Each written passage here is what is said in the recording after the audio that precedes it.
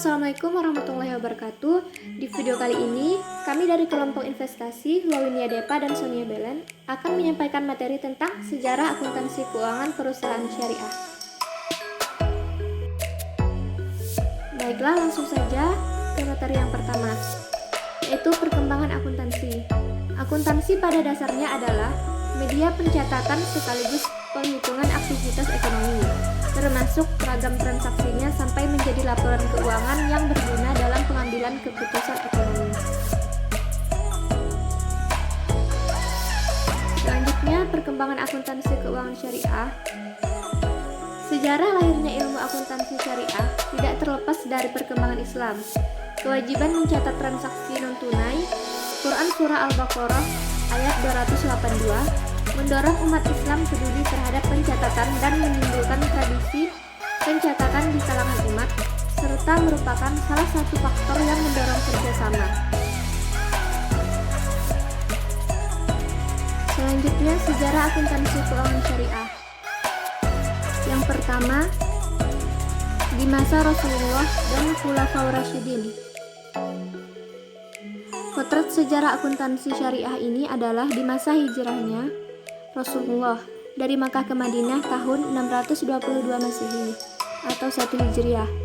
Pada masa sebelum berdirinya negara Islam, bangsa Arab terpecah-pecah, tidak disatukan oleh satu sistem politik kecuali tradisi kesukuan yang dominan. Kendati demikian, mereka memiliki pasar dan tempat aktivitas perdagangan di dalam negeri maupun di luar negeri, yang tercermin dalam dua perjalanan di musim dingin dan di musim panas, yaitu ke negeri Yaman dan ke negeri Syam. Sekarang dikenal sebagai Suriah, Lebanon, Yordania, Palestina, dan Israel.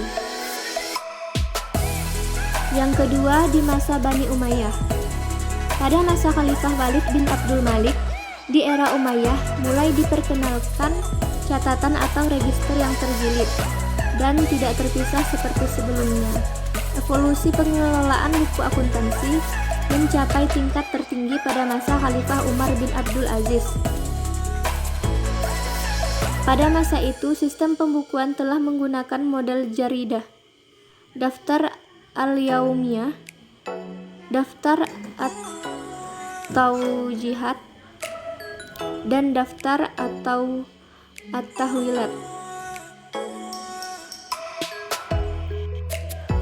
Yang ketiga, di masa Bani Abbasiyah. Puncak perkembangan akuntansi terjadi pada masa Daulah Abbasiyah 750 sampai 847 Masehi, di mana terdapat pengklasifikasian catatan dalam rangka pelaporan. Selain itu, di masa Bani Abbasiyah telah menerapkan sistem auditing. Kalkashandi mencatat bahwa auditor ditunjuk oleh Diwan. Auditor bertanggung jawab mereview kecocokan catatan. Untuk jabatan sebagai review, disyaratkan memiliki kemampuan bahasa yang tinggi, hafal Al-Quran, cerdas, bijaksana, dapat dipercaya. Apabila auditor puas dengan penyajian laporan keuangan, maka auditor akan membubuhkan tanda tangannya. Yang keempat, di era modern. Perkembangan akuntansi syariah di era modern didorong oleh berbagai hal sebagaimana dijelaskan oleh Harahap di dalam bukunya, yaitu meningkatnya religiusitas di tengah komunitas masyarakat muslim sehingga berdampak pada timbulnya kesadaran masyarakat muslim untuk kembali kepada ajaran Islam dalam setiap model transaksi yang akan dilakukan.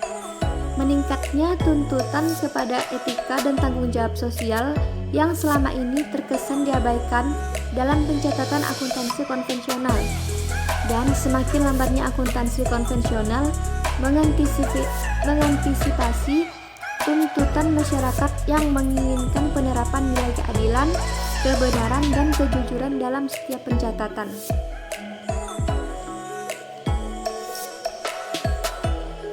Selanjutnya, prinsip dasar akuntansi syariah. Yang pertama, prinsip pertanggungjawaban, yaitu bahwa individu yang terlibat dalam praktik bisnis harus selalu melakukan pertanggungjawaban yang terrealisasi dalam laporan akuntansi. Yang kedua, prinsip keadilan, yaitu berkaitan dengan praktik moral hal-hal yang fundamental. Dan yang ketiga, prinsip kebenaran, yaitu tidak terlepas dengan prinsip keadilan.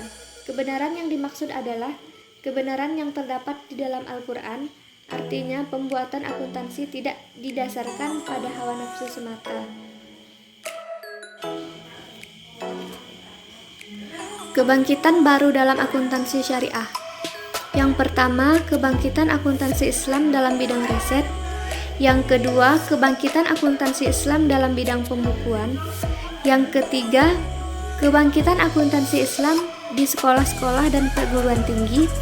Dan yang keempat, kebangkitan akuntansi Islam dalam aspek implementasi. Selanjutnya, perkembangan akuntansi di Indonesia, IAI. Konsep anggaran dasar IAI yang pertama diselesaikan pada 15 Mei 1958 dan naskah finalnya selesai pada 19 Oktober 1958. Menteri Kehakiman mengesahkannya pada 11 Februari 1959. Namun demikian, tanggal pendirian IAI ditetapkan pada 23 Desember 1957. Saat itu, tujuan IAI sebagai berikut. Yang pertama, membimbing perkembangan akuntansi serta mempertinggi mutu pendidikan akuntan. Yang kedua, mempertinggi mutu pekerjaan akuntan. Perbedaan akuntansi syariah dan akuntansi konvensional. Perbedaan utama antara akuntansi syariah dan akuntansi konvensional adalah bagaimana informasi dibagikan. Akuntansi syariah menyediakan semua informasi dengan jelas kepada prospek, informasi yang baik maupun buruk. Sedangkan dalam penyajian informasi akuntansi konvensional yang diberikan hanya informasi pilihan saja.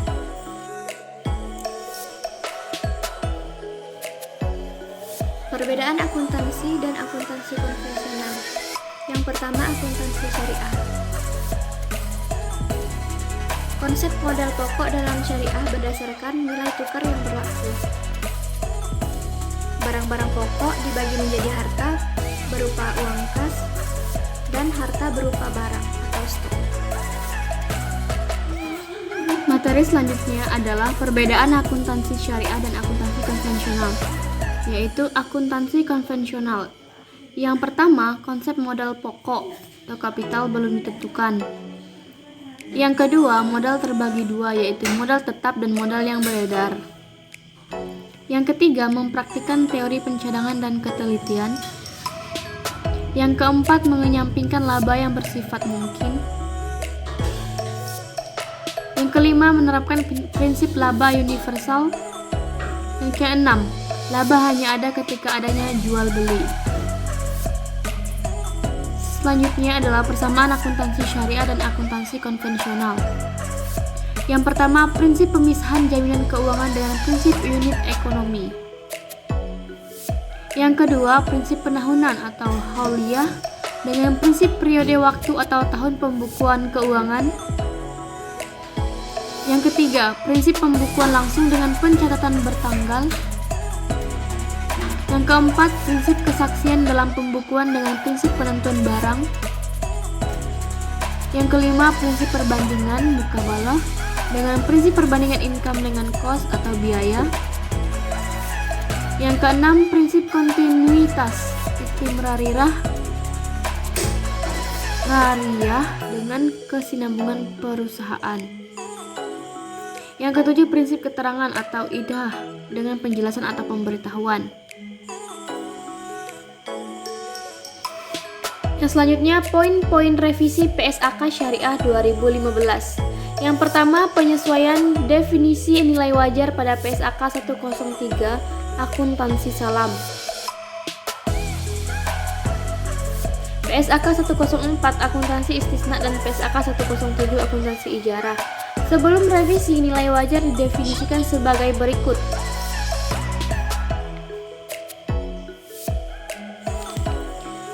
PSAK 103 paragraf 4, nilai wajar adalah suatu jumlah yang dapat digunakan untuk mengukur aset yang dapat ditukarkan melalui suatu transaksi yang wajar melibatkan pihak-pihak yang berkeinginan dan memiliki pengetahuan memadai. Yang kedua, PSAK 104 paragraf 5, nilai wajar adalah jumlah yang dipakai untuk menukarkan suatu aset antara pihak-pihak yang berkeinginan dan memiliki pengetahuan memadai dalam suatu transaksi dengan wajar.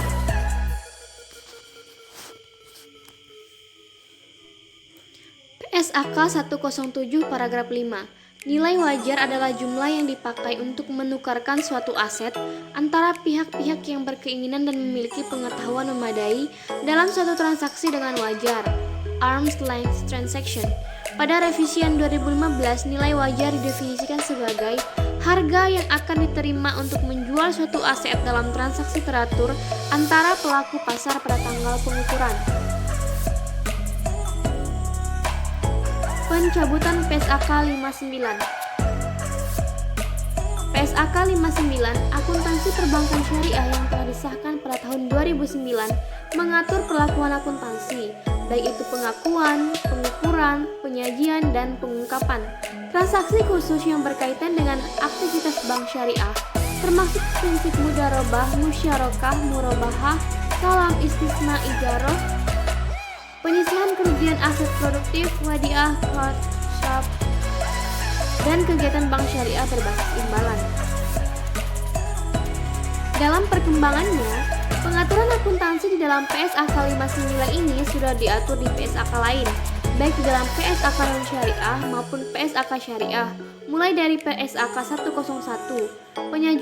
penyajian laporan keuangan syariah, hingga PSAK 1110, akuntansi suku. Hal ini karena pada dasarnya PSAK syariah tidak mengatur transaksi spesifik yang sudah diatur di PSAK lain. Yang ketiga, revisi PSAK 101, ilustrasi penyajian dana investasi peserta. Sebagai dampak dari revisi PSAK 108, akuntansi transaksi asuransi syariah, PSAK 101, revisi 2015, penyajian laporan keuangan syariah merevisi ilustrasi 1, laporan posisi keuangan dengan merubah istilah dana sirkah temporer dengan dana investasi peserta. Yang keempat, revisi PSAK 101, penyajian pendapatan dana tabaru pada laporan surplus defisit underwriting dana tabaru. Sebagai dampak dari revisi PSAK 108, akuntansi transaksi asuransi syariah, PSAK 101 revisi 2015, penyajian laporan keuangan syariah merevisi ilustrasi 2, laporan surplus defisit underwriting dana tabaru dengan menggabungkan laporan dana tabaru dengan laporan surplus defisit underwriting dana tabaru. Selain itu, PSAK 101 memberikan ilustrasi penyajian pendapatan dana tabaru sebagai pendapatan asuransi di laporan surplus defisit underwriting dana tabaru, dan memberikan ilustrasi penyajian beban ujrah menjadi beban dana tabaru di laporan surplus defisit underwriting dana tabaru.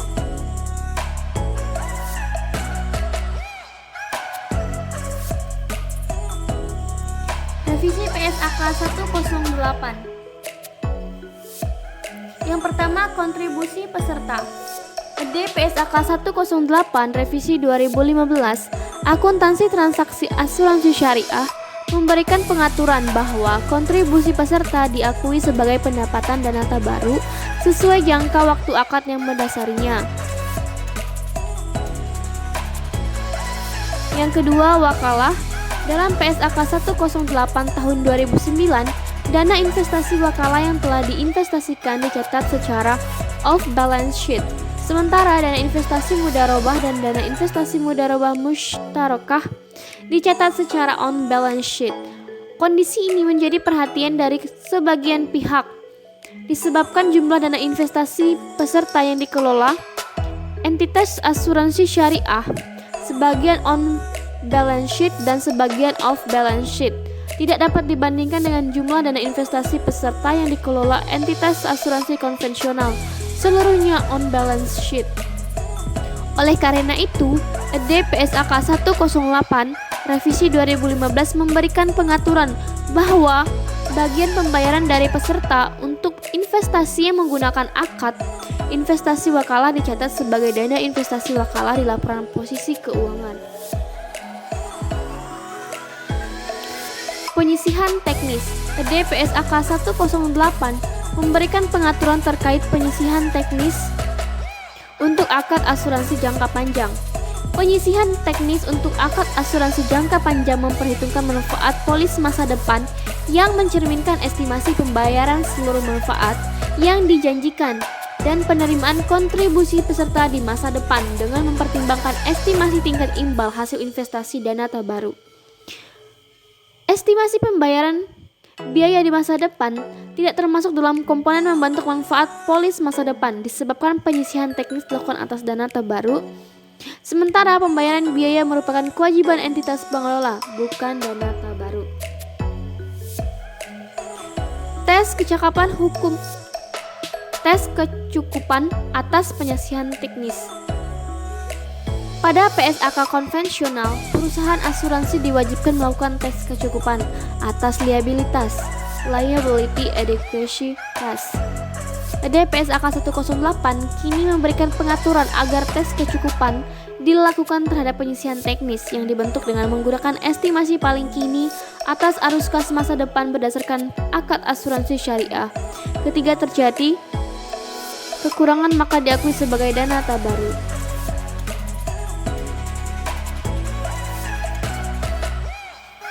Kaitan akuntansi Islam terhadap perbankan syariah. Kemunculan bank-bank dan lembaga keuangan Islam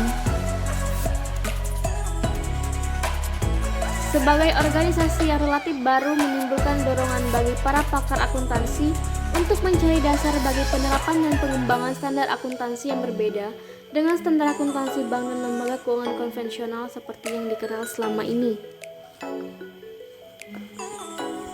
Langkah pengembangan standar akuntansi keuangan Bank Islam dimulai pada tahun 1987. Sedikitnya 5 volume pengembangan standar akuntansi keuangan Bank Islam telah terkumpul dan tersimpan di perpustakaan Islamic Research and Training Institute, Islamic Development Bank. Studi tersebut akhirnya mendorong pembentukan Accounting and Auditing Organization for Islamic Financial Institution yang didaftarkan sebagai organisasi nirlaba di Bahrain pada tahun 1991. Sejak didirikan, organisasi ini terus mengembangkan standar keuangan melalui pertemuan periodik Komite Pelaksanaan untuk Perencanaan dan Tindak Lanjut. Melalui forum ini, standar akuntansi berbasiskan Islam disusun, karena bagaimanapun standar akuntansi tersebut menjadi kunci sukses bank syariah dalam melayani masyarakat di sekitarnya, sehingga dapat menyajikan informasi yang cukup, dapat dipercaya, relevan bagi para penggunanya, namun tetap dalam konteks syariah Islam, karena penyajian informasi semacam itu perlu dilakukan sebagai proses pengambilan keputusan ekonomi bagi pihak-pihak yang berhubungan dengan bank syariah.